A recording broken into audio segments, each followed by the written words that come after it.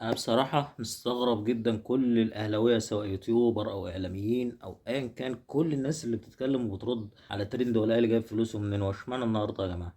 واشمعنى النهارده الترند ده؟ اللي الترند ده ما كانش موجود الاسبوع اللي فات مثلا قبل ماتش صن داونز اللي فات؟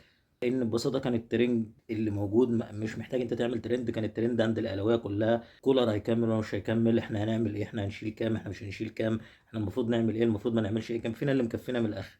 فما كانش شاغل حد ان هو حد يحطك في دماغه في التوقيت ده. لكن اشمعنى النهارده كل الاعلاميين؟ يعني الزملكاويه، يعني انت عندك اكبر برنامج اعلامي مش زملكاوي المفروض، اكبر برنامج اعلامي واكبر اعلامي بياخد ما شاء الله 2 مليون دولار في السنه، الاستاذ عمرو اديب، بقت فقره اساسيه عنده الكام يوم اللي فاتوا: هو الاهلي جايب فلوسه منين؟ هو الاهلي جايب فلوسه منين؟ عشان يسال السؤال للاستاذ هشام نصر، اللي هو نائب نائب مش رئيس النادي الاهلي بقى، لا نائب رئيس نادي الزمالك. مش بس كده، لا الاستاذه برضه نيره النهار الاحمر، نيره الاحمر برضه في قناه نادي الزمالك، في قناه الزمالك، عشان تطلع وتسال نفس السؤال: هو الاهلي جايب فلوسه منين؟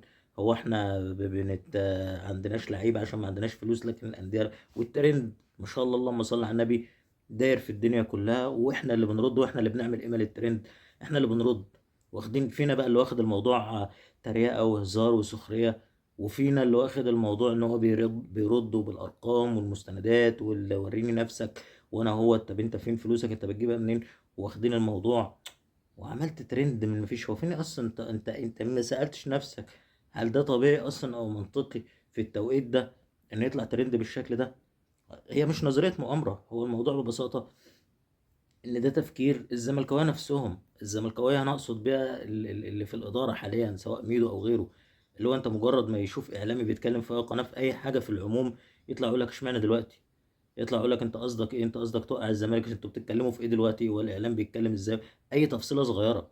فهو بنفس التفكير اللي بيفكر بيه، هو بيبعت لك الترند لحد عندك وانت بتبلع الطقم. احنا شغالين النهارده بدل ما يبقى تركيزنا كله في اننا نشوف احنا هنعمل ايه الماتش كله، التركيز كله يبقى اللعيبه اللي بتفتح سوشيال ميديا دي، ولا الاداره، ولا كله تركيزنا منصب على ماتش يوم الجمعه اللي جاي ان شاء الله، يعني باذن الله الاهلي يفوز فيه باذن الله. لا، احنا تفكيرنا كله دلوقتي ازاي نرد وازاي وانتوا بتقولوا ايه وانتوا مش فاهمين حاجه. مش فاهمين ايه؟ مش فاهم هو حبكه النهارده نرد يعني؟ طب ما الترندات دي ما شغاله طول السنه، نادي القرن وحسن حمدي والحكام خلاص. اشمعنى النهارده احنا اللي بنرد قوي وعاملين ايه للترند؟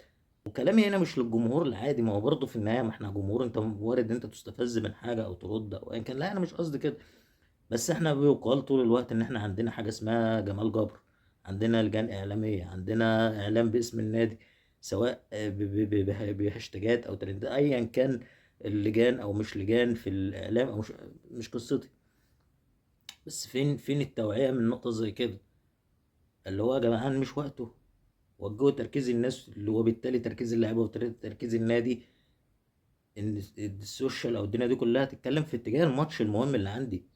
انا لو خسرت الماتش ده، انا بعمل ترند اشيل بيه الضغط عن اداره الزمالك.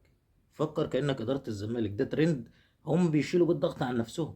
الكلام كله دلوقتي عن زيزو، عن الصالات اللي بتخسر وبيكسب النادي الاهلي، عن الصفقات اللي نادي الزمالك مش عارف يعملها ومش عارف يجدد لعيبته لعبد الله السعيد ولا غيره اللي عنده 40 سنه وعايز 30 40 مليون. هو بيخف الضغط عن نفسه لما يحطك في مشاكل. هو بيرتاح، هو جمهوره بينه وبين نفسه بيقول ايه؟ طب ما خلاص، ما الاهلي عنده مشاكل يبقى انا كمان مش مشكله، عدي فوت.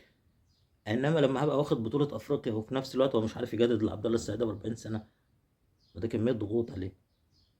فانت لازم تبقى واعي لحاجه زي كده. فين بقى جمال جبر او اللجان الاعلاميه او الدنيا دي؟ انا ما اعرفش حاجه عن الكلام ده، كلها ناس محترمين. وبالمناسبه ده حاجه وارد، يعني المطلوب انها تبقى موجوده في الانديه اصلا، جمال جبر او غيره او الكلام ده، لا ده طبيعي ومنطقي بالمناسبه. بس فين يا جدعان؟ فين الاداره اللي انا ما عنديش ليه اداره ان كل شويه بتبعت تشتكي مثلا ان في حد بيتكلم او حد بيتجرأ على النادي الاهلي او حد بيعمل حاجه، حد بيدي ترند يعني انا ليه بسكت على تفاصيل صغيره لما بتكبر؟ انا اللي بتلط في الاخر يعني ليه؟ ماشي يا عم، مش مهم الاداره تتكلم النهارده، خلي تركيز الاداره ماشي، مش هستدرج ومش هملع الطعم. بس فين انا بقى الاعلام بتاعي، اللجان بتاعتي، الكلام ده كله؟ فين التوعيه من نقطه مش وقته؟ فين التوعية في نقطة خلي تركيزك منصب على ان انت تكسب الماتش اللي جاي بإذن الله؟ انا شايف يعني خلاص الناس ناسيه ان في ماتش يوم الجمعه يا جدعان. فانا مش مستغرب الزملكاويه، وشايف ان ده طبيعي. قد ما انا مستغرب بصراحه الاهلاويه والاعلام الاهلي، الاعلام اللي واخد الموضوع جد قوي، وهو بيديك الطعم وانت بتبلعه كده بمنتهى البساطه. فبصراحه يعني انا مش انا مش انصح الناصحين يعني ولا بتاع، بس انا لو يعني، بس الموضوع افور يعني بصراحه. فبصراحه ده كله انا كنت شايف في الحوار بس كده. اه شكرا.